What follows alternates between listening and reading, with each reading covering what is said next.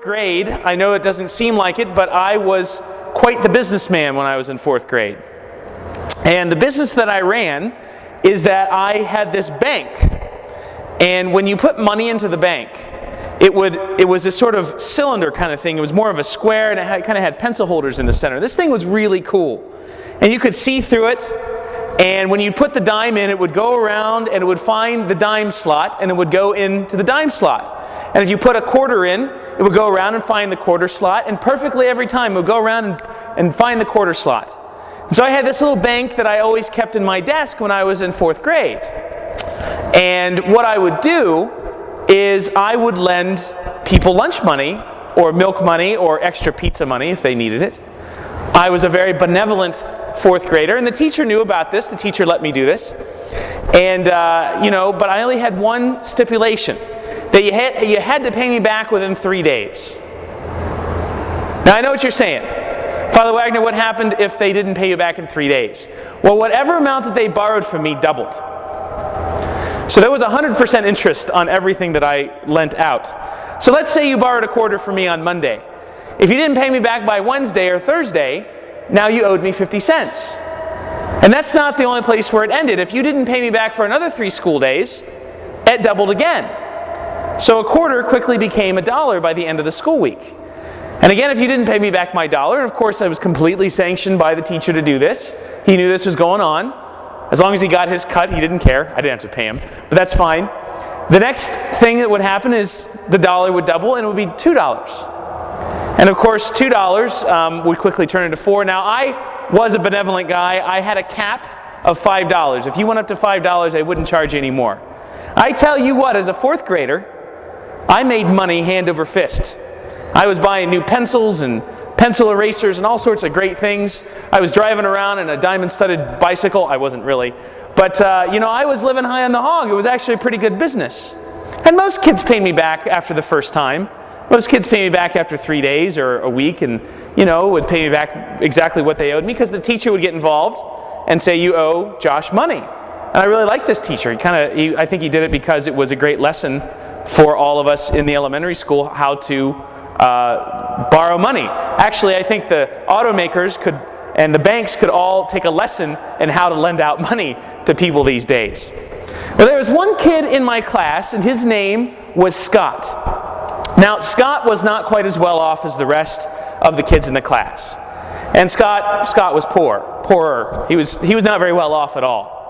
And Scott was always coming to me and borrowing lunch money, and he would always pay back within a couple days. Sometimes he would default and have to pay me back double. There's this one time that he borrowed like $1 because he didn't have any lunch. He didn't have any lunch money. After 3 days, he didn't pay me back. After 3 more days, he didn't pay me back. And finally, it got up to $5. It got to $5. That meant that I had to go break his kneecaps. And I didn't have to really do that. But I did say, I took him aside and I said, he was avoiding me, and it was all this weirdness between him and I. And he would go the opposite way when I saw him on the playground. And I kind of liked this guy. He was kind of a friend of mine. But, business was business. And I had to, tell the teacher, I said, this guy's not paying me back. And the teacher took me aside. And I remember what he said. He looked me right in the eye. And he said, Josh, I want you to forgive that debt. And I looked at the teacher and I thought to myself, if I say no, he's going to take my entire business away from me. So what I did is I returned to Scott and I said, you know what, Scott? I just want you to know that I completely forgive your debt. Now, that kid was completely happy that I had done that. That kid was completely happy, and actually after that point, I told him that whatever he needed from me, he could borrow it from me and he wouldn't have to pay any interest. He wouldn't even have to pay me back. And for the rest of the year, he came to me when he needed milk money. He came to me when he needed lunch money. He came to me when he needed a pencil, because of course I had thousands of pencils in my desk because I had the money to buy them. Really nice ones too, with sparkles and whatever else was on them. And we became really good friends. He came to my birthday party and we became friends after that point.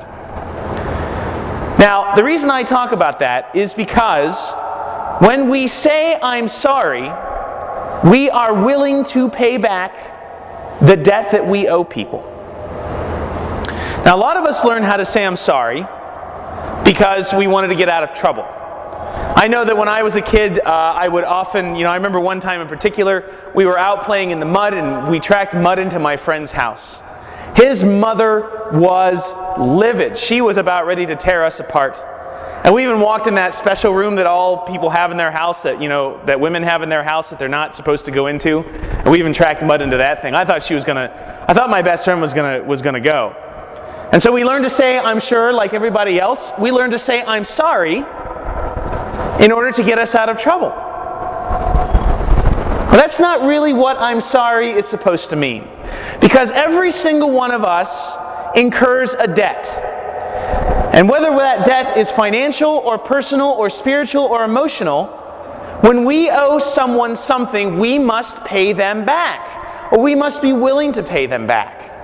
And that is precisely what I'm sorry means. And we don't say I'm sorry to get out of trouble.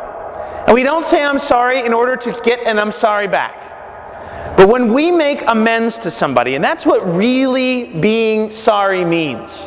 When we say I'm sorry, when more importantly we live I'm sorry, what happens is that we approach the person that we owe a debt to and we say, I recognize my debt.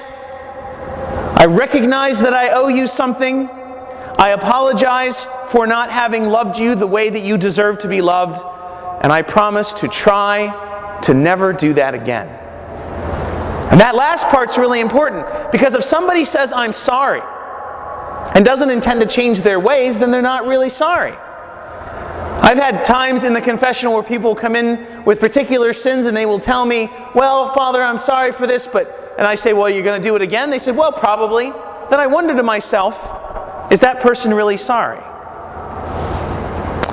What we really have to understand at the core of this first phrase, I'm sorry, is an idea of justice.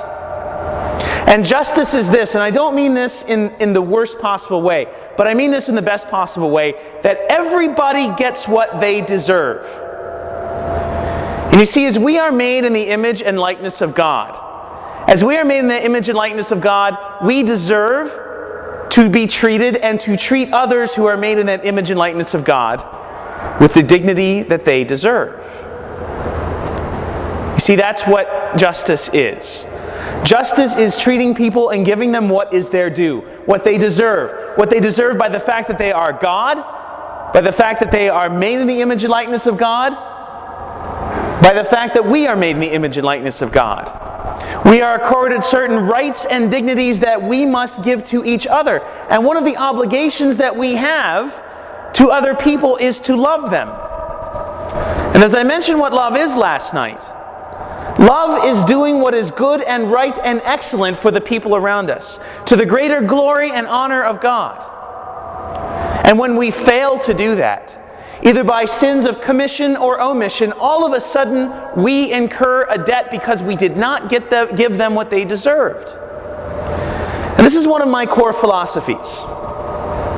That we never leave an encounter, and I'm going to say this a couple times, that we never leave an encounter with somebody owing them anything.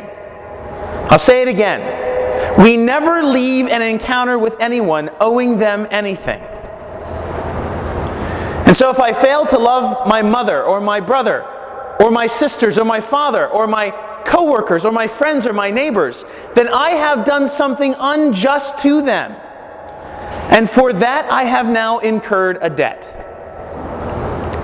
And it's interesting that if we hear the Latin version of the Our Father, it is Dimitti nobis debita nostra, sicut nos dimittimus debitoribus nostris. Forgive us our debts as we forgive those who have debts against us. That is literally what the Latin says. Is that as God has forgiven our debt in Jesus Christ. And what that debt is that when we sin, when Adam failed to love Eve, he failed to act in justice toward her. When he failed to love Eve, he failed to live in the image and likeness of God in which he was created. When he failed to love her, he was unjust to himself. And so from this point on, he now owes God, and all of humanity owes God, a debt that we cannot possibly repay. And yet what Jesus does is he comes here and he says, I'm sorry on our behalf. And he offers to pay